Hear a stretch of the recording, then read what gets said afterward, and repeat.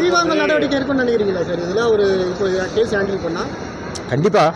அதாவது சட்டம் என்ன சொல்லுதுன்னா, நீங்களே இப்போ நான் ஒரு போலீஸ் ஸ்டேஷனில் ஒரு புகார் கொடுக்குறேன், நானே அங்கே இன்ஸ்பெக்டர்னு வச்சுக்கோங்க, எப்படி அது நியாயமாக இருக்கும்? அப்படி தான் இந்த வழக்கு இருக்குது. ரெண்டாவது, இந்த டிவி சேனல்கள் 3 டிவி சேனல்களை பிளாக் அவுட் பண்ணியிருக்காங்க. இது பெரிய தவறு. இதுலேயே 2 சட்ட பிரச்சனை இருக்குது. எப்படின்னா, பிளாக் அவுட் பண்ணுறது தவறு. எப்படி அப்படின்னா, வெஸ்ட் பெங்கால் கிரிக்கெட் அசோசியேஷன் ஒரு வழக்கு தொடர்ந்துச்சு இந்தியன் ப்ராட்காஸ்டிங் டிபார்ட்மெண்ட்டுக்கு எதிராக. அதில் உச்சநீதிமன்றம் தெளிவாக சொல்லிச்சு, ஒரு அரசுங்கிறது 19(1)A, அதாவது பேச்சுரிமை குரலை நசுக்கிற மாதிரி செயல்பட்டால் அது வந்து முறையாக இருக்காது, அவ்வாறு செய்யக்கூடாதுன்னு ஒன்று.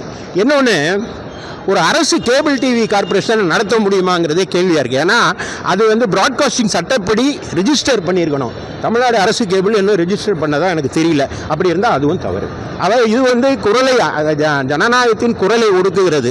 அவங்க என்ன சொல்கிறாரு அப்படின்னா, அது வந்து ஏதோ கட்டண பாக்கி, டெக்னிக்கல் இஷ்யூஸ்னு வரிந்து கட்டி அதுக்கு ஒரு ஃபேக்ட் செக்கிங் குழு வேறு போட்டாங்களா. அது எப்போ போட்டதுன்னா, அந்த பழைய டெய்லர் ஏற்கனவே திராவிட முன்னேற்ற கழக அரசில் இருந்த அதே. இதனால தான் நான் வந்து தாவேக அரசை ஏற்கனவே இருந்த அதே ஃபேக்ட் செக் குழு இப்போ இதை ஃபேக்ட் செக் பண்ணி உண்மையை சொல்லிடுச்சான் அப்படின்னு வந்து அமைச்சர்கள்லாம் வரிஞ்சு கட்டி பொய் சொல்கிறதுக்காக அந்த உண்மையை நிரூபிக்கிற படாத பாடு போடுறாங்க.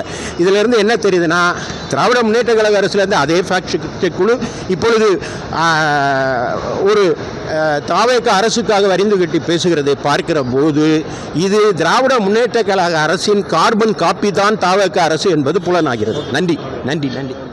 எலக்ட்ரிசிட்டி போர்டு வந்து பார்த்தீங்கன்னா, இந்த ஹார்ட் டிஸ்க் எல்லாமே கலந்துருக்கு. அதான் என்ன முக்கியமான இந்த ஆட்சி வந்தது பிறகு அது அந்த விஷயம் வந்து ஒரு பெரிய பேச. நான் இதை பற்றி விரிவாக பேசணும்னு நினச்சேன். ஏன்னா தற்போது மின்துறை அமைச்சராகவும் விஜிலன்ஸ் ஆன்டி கரப்ஷன் அமைச்சராகவும் இருக்கிற நிர்மல் குமார் தான் இந்த சம்பவத்தில் முதல் புகார்தாரர். அவர் தான் முதல்ல புகார் கொடுத்தார்.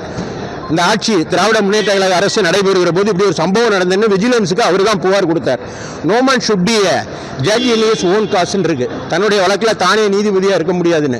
அப்போ புகார் கொடுத்துட்டு அவரே அந்த வழக்கை விசாரிக்கிற இடத்துல அவர் இருக்க முடியாது.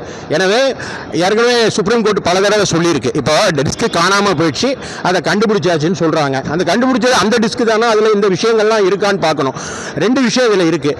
ஒன்று, இந்த வழக்கை உடனடியாக சிபிஐக்கு மாற்றணும். ஏன்னா லேக் ஆஃப் கான்ஃபிடென்ஸ் இருக்குது இந்த வழக்கில். எப்படின்னா, அமைச்சர் அவரே முதல்ல புகார்தாரரே இருந்துக்கிட்டு இப்போ அந்த வழக்கை விசாரித்தா எப்படி நியாயமாக இருக்கும்? அமைச்சரே இப்போ புகார்தாரர் இப்போ அமைச்சர் ஆகிட்டார், அப்போ அது விசாரித்தா நீதி இருக்காது. ஒன்று. இன்னொன்று, அவர் இன்னொரு விஷயம் இதில் என்ன அப்படின்னா, அதில் கண்டுபிடிச்சிருக்க டிஸ்குகள் உண்மையானவை தானா அப்படிங்கிற இன்னொரு கேள்வி எழுது. அவர் விஜிலன்ஸுக்கு வேறு அமைச்சராக வேறு இருக்கார். அதனால் அவர் இந்த விஷயத்தை அவர் ஒன்று அந்த மின்துறை அமைச்சர் அல்லது விஜிலன்ஸ் அமைச்சருங்கிறது பொறுப்புலேருந்து விலகிக்கணும்.